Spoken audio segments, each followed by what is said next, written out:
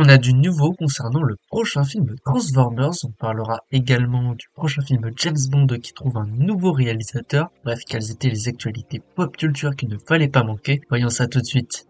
On commence en parlant de The Batman partie 2 dont le script a été officiellement terminé. Ça a été annoncé par Matt Reeves qui s'occupe de la réalisation mais également du scénario.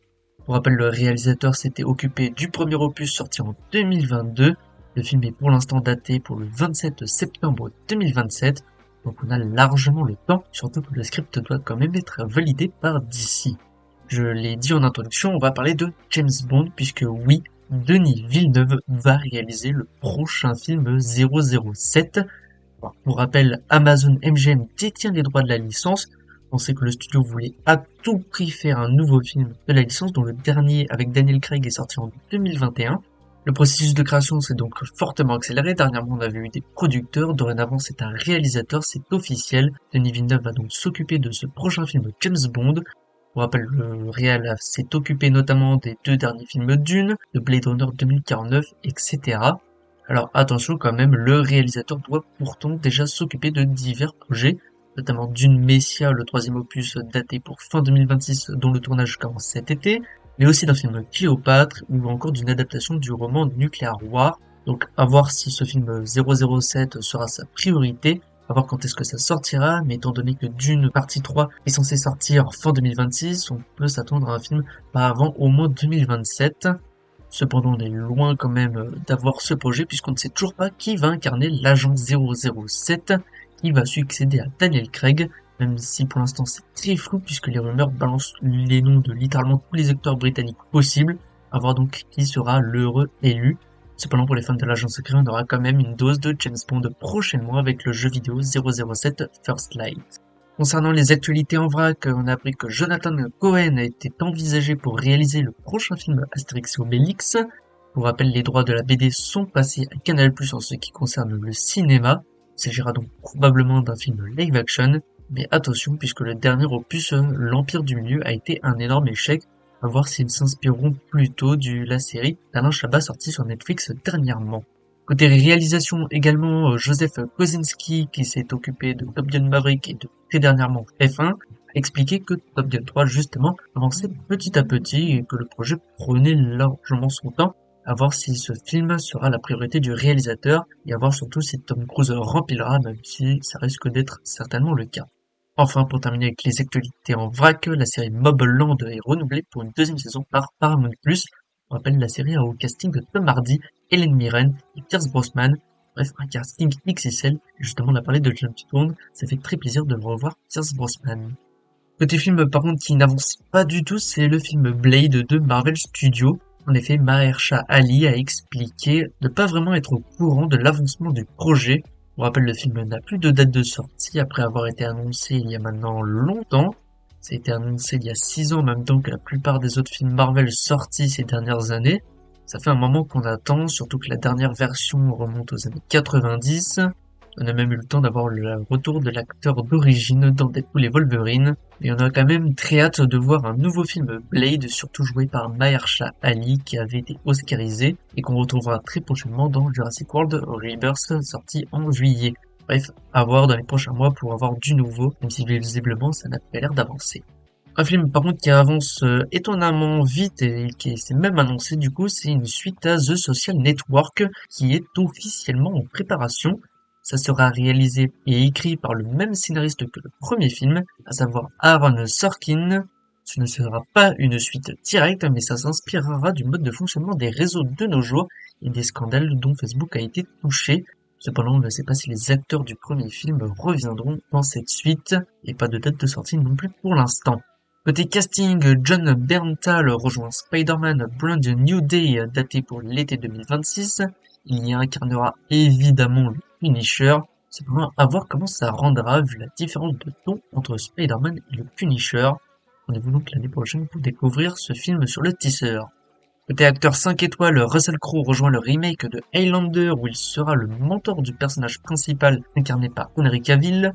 Le film sera réalisé par Chad Stahelski qui s'était occupé de l'univers John Wick. Côté film qui arrivera très prochainement, à savoir en novembre 2026, c'est Mon beau-père et moi 4, dont Owen Wilson a rejoint le casting, avec le retour d'une partie du casting des premiers films.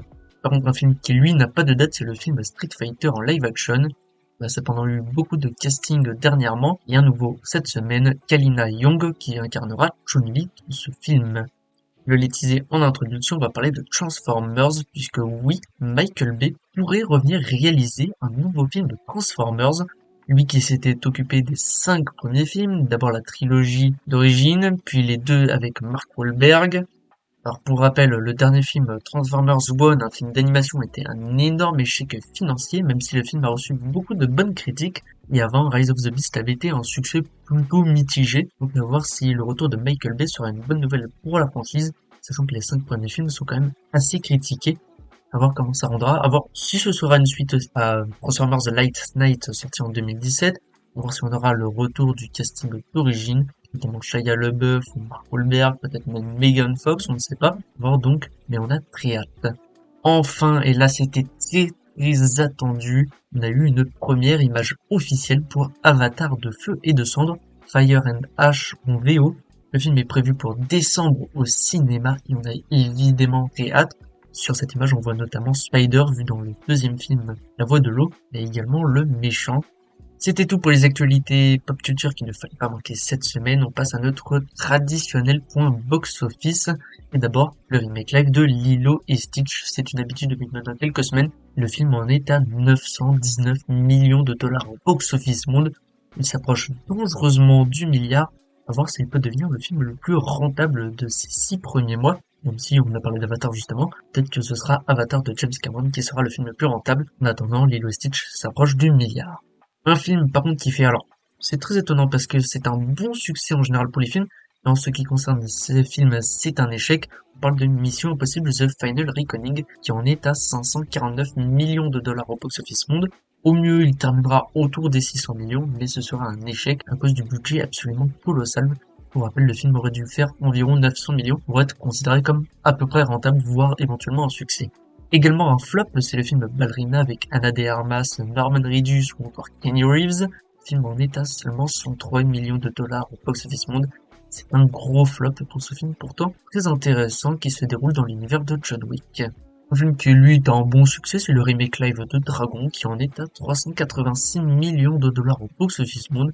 C'est donc très correct pour ce remake du film d'animation DreamWorks.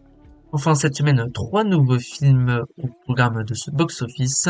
D'abord F1 qui en est à 64 millions de dollars au box-office mondial en à peine quelques jours. Alors à voir dans quelques semaines où est-ce qu'il en sera, mais pour l'instant ça semble être un plutôt bon démarrage pour ce film avec Brad Pitt sur l'univers de la Formule 1. Côté film d'horreur, c'est 28 ans plus tard qui lui en est à 73 millions de dollars au box-office monde. Alors lui, en ce qui concerne ce projet, ça sera sans doute un succès dans cette suite très attendue du film de zombies slash horreur. Enfin par contre, très mauvais démarrage en ce qui concerne Elio, le nouveau film de Pixar sorti au cinéma il y a maintenant quelques jours. Le film d'animation en est à seulement 48 millions de dollars au box-office monde. C'est très mauvais comme démarrage, mais à voir s'il va pas faire comme Élémentaire, avec finalement un succès dans le temps, à voir si le film sera rentable donc à travers les semaines, même si ça risque d'être assez compliqué vu les films à venir, mais c'était également le cas pour Élémentaire. Donc c'est difficile à savoir, rendez-vous dans quelques semaines pour vraiment en voir plus. Bref, merci d'avoir suivi ce récap des actualités pop culture qu'il ne fallait vraiment pas manquer cette semaine. Moi je veux dire rendez-vous la semaine prochaine pour un nouveau récap, et très prochainement je vous le tease sur une vidéo de l'univers DC Comics au cinéma. Bref, portez-vous bien et à bientôt.